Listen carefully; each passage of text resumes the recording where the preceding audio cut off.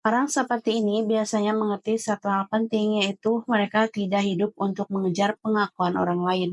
Mereka tidak memaksakan diri untuk hanya agar terlihat demi pandangan orang. Emang benar, kalau kita sudah mengikuti gaya yang gak ada ujungnya, gak ada habisnya, pada akhirnya siapa yang akan kaya?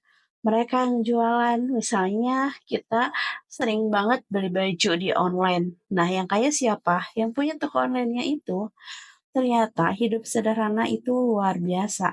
Kita bisa jadi lebih banyak nabung, bisa lebih mensyukuri apa yang sudah dimiliki, dan pada akhirnya hati kita akan merasa puas dengan barang yang sudah dimiliki.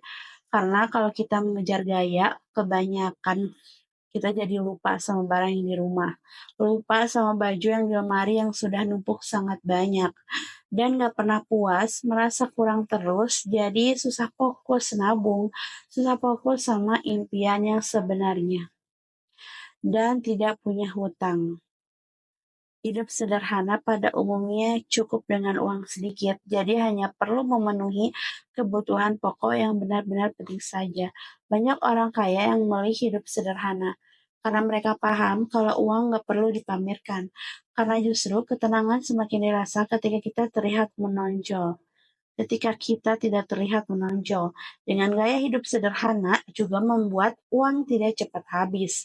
Jadi, uang tersebut bisa dikelola untuk dana darurat, investasi, bahkan bisa untuk mengejar impian, seperti naik haji atau umroh ya kalau buat muslim.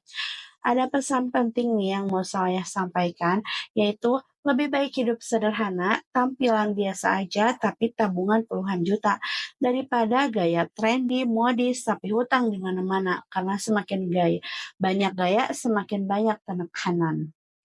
Nggak percaya? Boleh silahkan dicoba. Hidup banyak gaya ingin terlihat kaya, gak ada manfaatnya. Bahkan untuk masa depan itu seperti membuat masa depan yang suram. Padahal menjadi kaya itu lebih penting dari hanya sekedar terlihat kaya.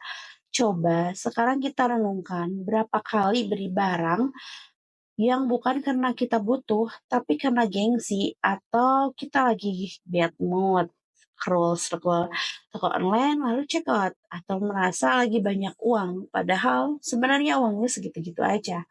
Contohnya, kamu punya teman beli HP baru, keluaran terbaru, nah kamu juga jadi pengen beli, padahal HP kamu yang lama masih sangat bagus. Dan kalaupun kamu beli HP yang baru, kamu belum punya pengaturan uang untuk beli HP itu. Nah, gaya hidup kayak gini bisa membuat kamu kesusahan di masa